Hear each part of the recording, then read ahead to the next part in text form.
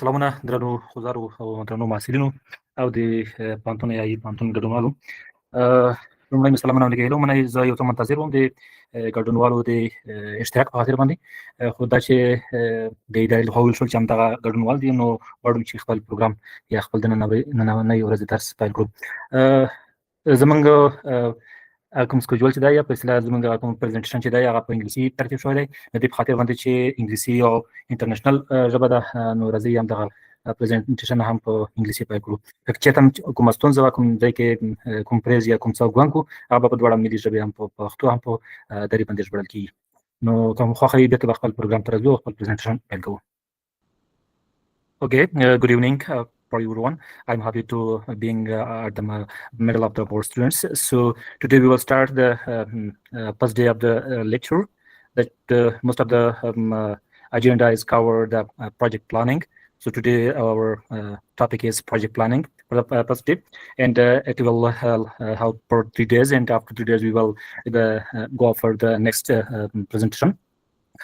So we come to the first presentation. Definition of the planning. As you know that planning is for each activity is more essential, even from grass release whenever we come from the home to the city. So we take a note for to purchase some things. So we take note for some things. It's almost a small plan for the grocery. So whenever we have projects, project takes the initial activities that mean for cover all the project. I mean all the activities which contains the project or cover the project. It's a need for special planning. It means whenever we go from the start of the project or the end of the project, we should have a necessary plan or special plan to cover all the activities and cover all the time and cover all the doer of the activities. So it's just called the plan.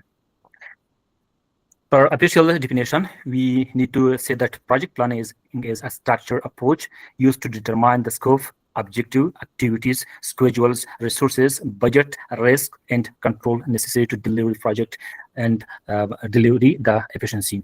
It means whenever we have a sufficient project plan, the project will be efficiently and it will be go off efficiently.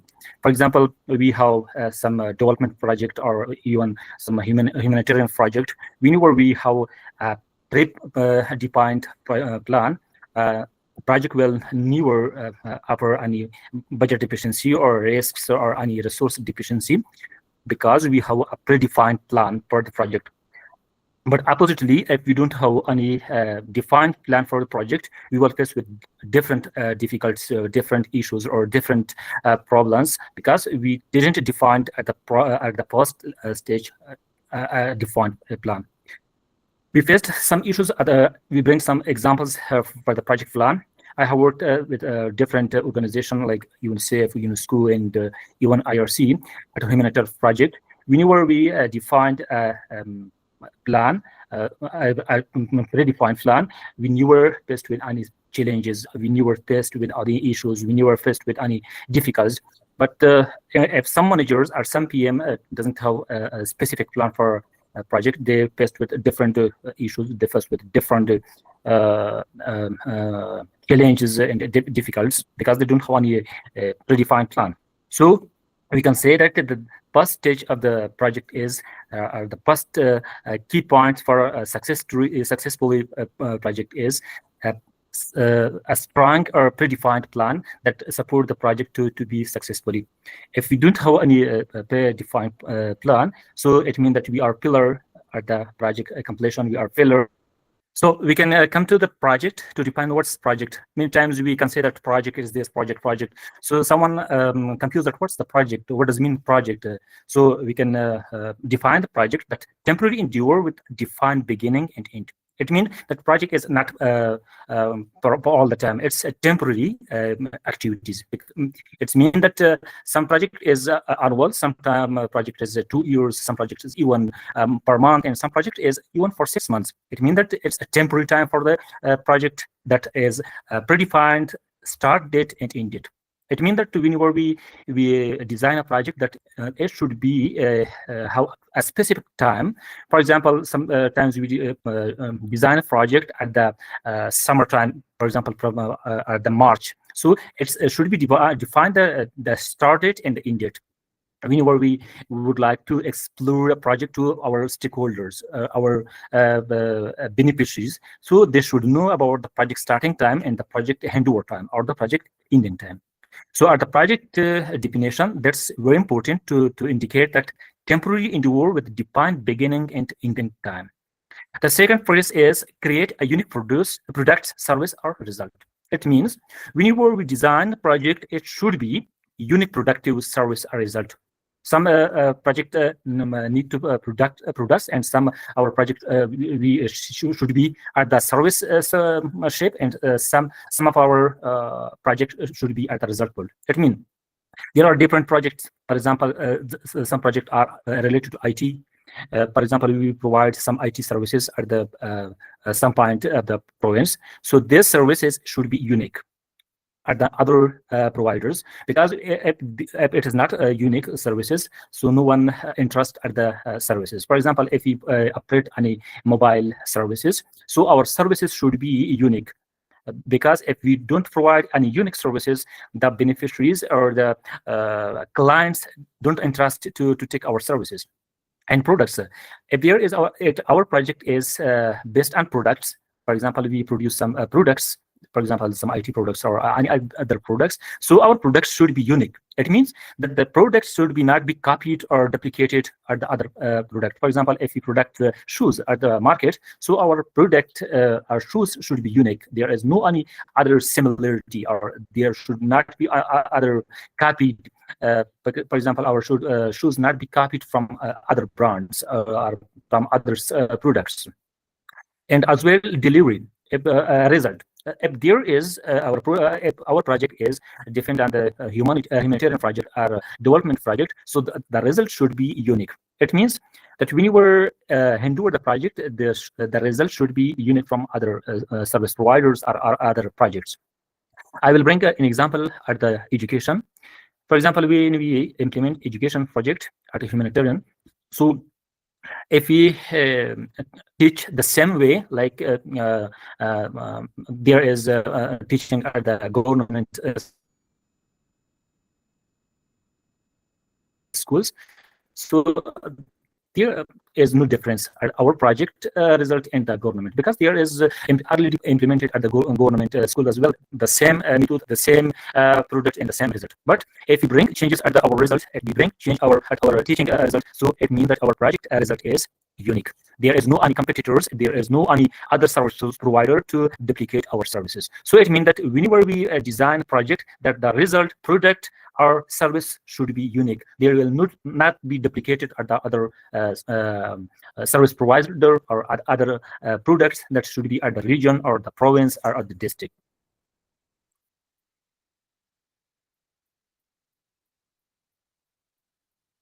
So I think yes, go back the second slides, because it means that it's yes.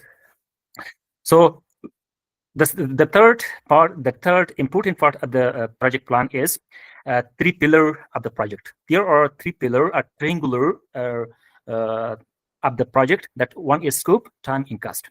Whenever we design a project, we should consider these three things, these three pillars. That is, one is scope, time, and cost. For each project, these are the three ports or the three pillars. Whenever we don't consider this, it means that we don't have any project. We don't have any expected result from the project. Whenever we don't have any scope means the detail of the project. What is the activities? What is the deliverable the project, and as well time.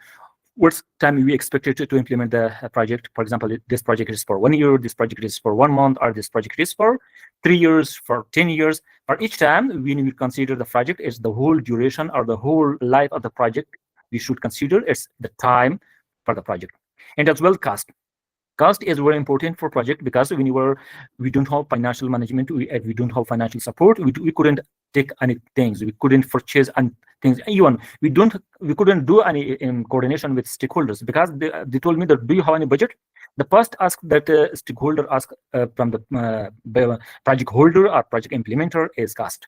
They ask from the project holder that, do you have any budget? Do you have any cost for this implementation for this activity? If the answer is yes, so the stakeholder or whenever they approve the project, they are agree to implement the project. If we don't have any budget or we don't have any cost, so they told us that you're mentally you have mentally problem that come to our office and would like to coordinate your activities, but you don't have any budget or financial management. So the three thing is the first pillar, the first foundation for project. If you don't have these three things, it means that we don't have foundation for project. So it doesn't mean it means that we don't have any project. So let's go to the second slide. Next slide.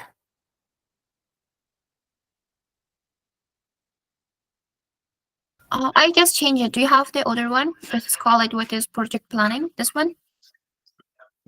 What's project planning? This is the one I see, but it's defined. So let's come to the next one.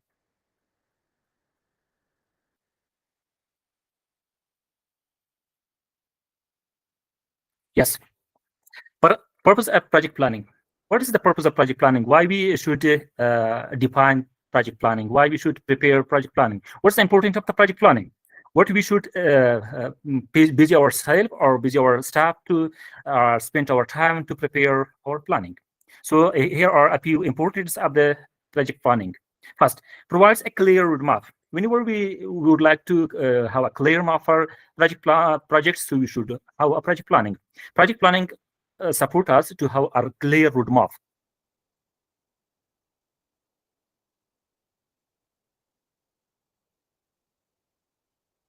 Roadmap means a route from the project implementation. If there is no any project planning, it means that we don't have any roadmap to go on the project planning. We will have different issues, we will have different difficulties, and even we may fail to implement the project. Second, ensure proper coordination. It means that whenever we have project planning, it supports our coordination with stakeholders. It supports our coordination with donors. It supports our coordination even with communities. Because we will have a proper project planning to support all the stakeholder coordination, all the stakeholder communication. Even sometimes we need to coordinate with communities. Whenever we don't have any project plan, it will be a pillar to communicate with communities. Different humanitarian project, whenever we don't have any coordination with communities, it's depend on it's lead to be pillar on implementation. Because I observed many projects that the organization is very higher, the organization is very wider. They recruited very technical persons, but at the result, the pillar to lead the project, the pillar to implement the project, because they don't have any project planning to coordinate with communities, to coordinate with stakeholders, to coordinate with government. Third, minimize the risk. Whenever we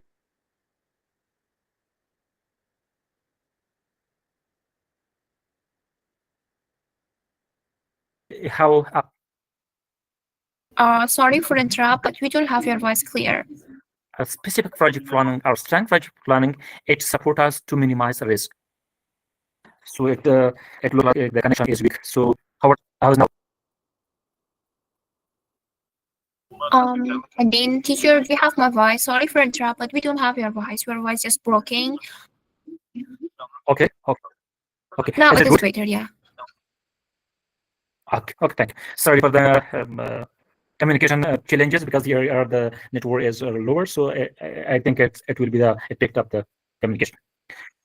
So whenever we go to the specific form or the stronger plan, it minimizes our risk.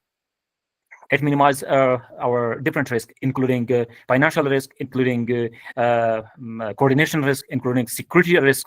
All the risk will be minimized whenever we have a pre-defined or pre-designed plan. The fourth one is improves resource utilization.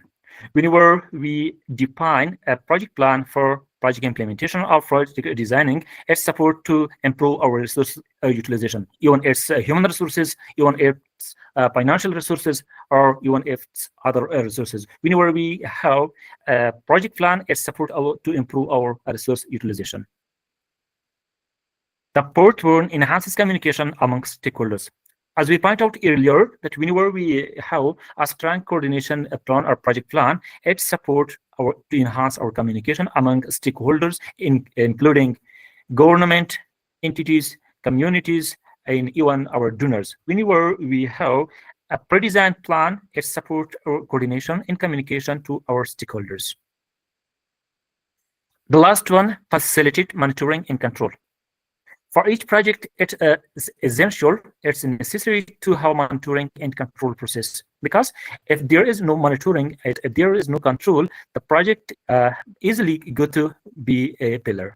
Because the monitoring is as example of eye for a human. When there is no eye in a human, so it's blind.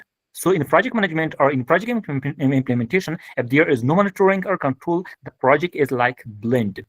There is no sightseeing. There is no any seeing to go. There's up or down. And when you were someone was going on way. So if he's blind, so he couldn't feel that it's up or down. There's blood or up down. So for the same way, if we don't have project planning, so we don't know to monitor or control our project. So next slide. Next slide. Okay, key components for project planning. Whenever we would like to design or prepare our plan, what should we do our plan? Or what is the key components for the project planning? When we would like to planning our project, so these 4 or 5 key components should be contained at the planning. First, project scope. The scope is the detail document for the project. I'm really sorry for interrupt. Can you repeat which before, because we lost your voice. Body of the project is scope. That is clearly defined project. For example, when we would like to. Okay, so key components of project planning. There are a few components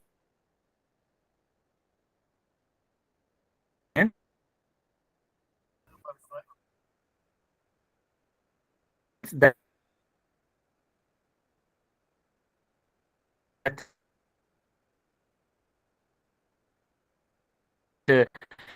sorry for interrupt. Teacher, do you have my voice? We don't have your voice. Cover the project planning. These are the key components that cover.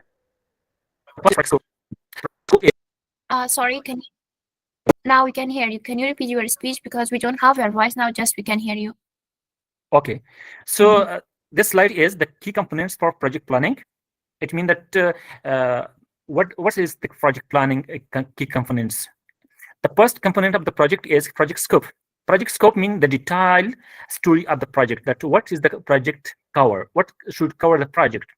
And where should we implement the project? And what's the duration of the project? And what structure is of the project? So all these are narrated at the project scope. Project is a narrative document of the project scope is the narrated document of the project.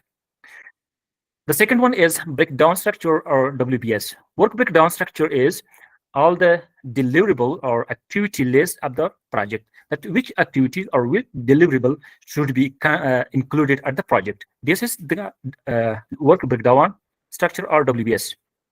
Schedule development. Schedule development is the time of the project. That which time should be considered at the project implementation, and which should be considered for the project planning, and which time should be considered for project handover. At each step or at each phase of the project should be considered at different times for the project. So this is the project timeline or the project schedule. Risk planning.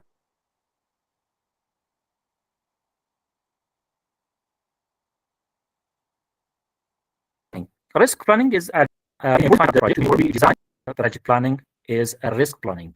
because there are different risks at the project implementation. If you consider all the project risk and plan for each project risk, we will come to implement successfully. If you don't consider the risk planning, so it means that we will face with different risk. It will be sometimes financial risk, sometimes security risk, and sometimes will be a community conflict risk, and sometimes it will be lack of coordination risk. So there are different risks if we plan for each risk. So it means that we will have a strong plan for the risk, and we will be come out from the risk, and we will don't have any challenges. Resource planning. Resources planning is another important plan for the project. Whenever we use resources, different resources are the project, if even it's human resources or financial resources or place resources. So for each resources, we should have a different and unique plan. Because if we don't plan a resources plan, it means that we will be conflicted at the implementation of the project. And also, we couldn't communicate this plan with a donor or with any other stakeholders. Whenever we coordinate a different project with different organization or stakeholders, the first thing that they will ask the resources plan. Whenever we coordinate any project, they will ask us that, do you have any resources plan? Which resources should you use? For example, sometimes we use, if we consider construction project at rural or urban areas, so there will be different resources. The resources that can be found in urban, they couldn't find at the rural area. The resources that are easable or foundable at the rural area, they couldn't be found at the urban, or they will be found at a difficulty at the urban level. For example, if you consider a construction project at the rural or the mountains area, so we can find easily stone masonry at the mountains area. But if you consider the project, a construction project at the urban area, so we couldn't find easily. We couldn't easily find the stones masonry at the urban area. We can consider brick masonry at the urban area. So this means that we should prepare resources planning at the starting of the project. Whenever is needed, which resources are needed, which resources are not needed. So these are the resources planning that you should be considered at the project starting.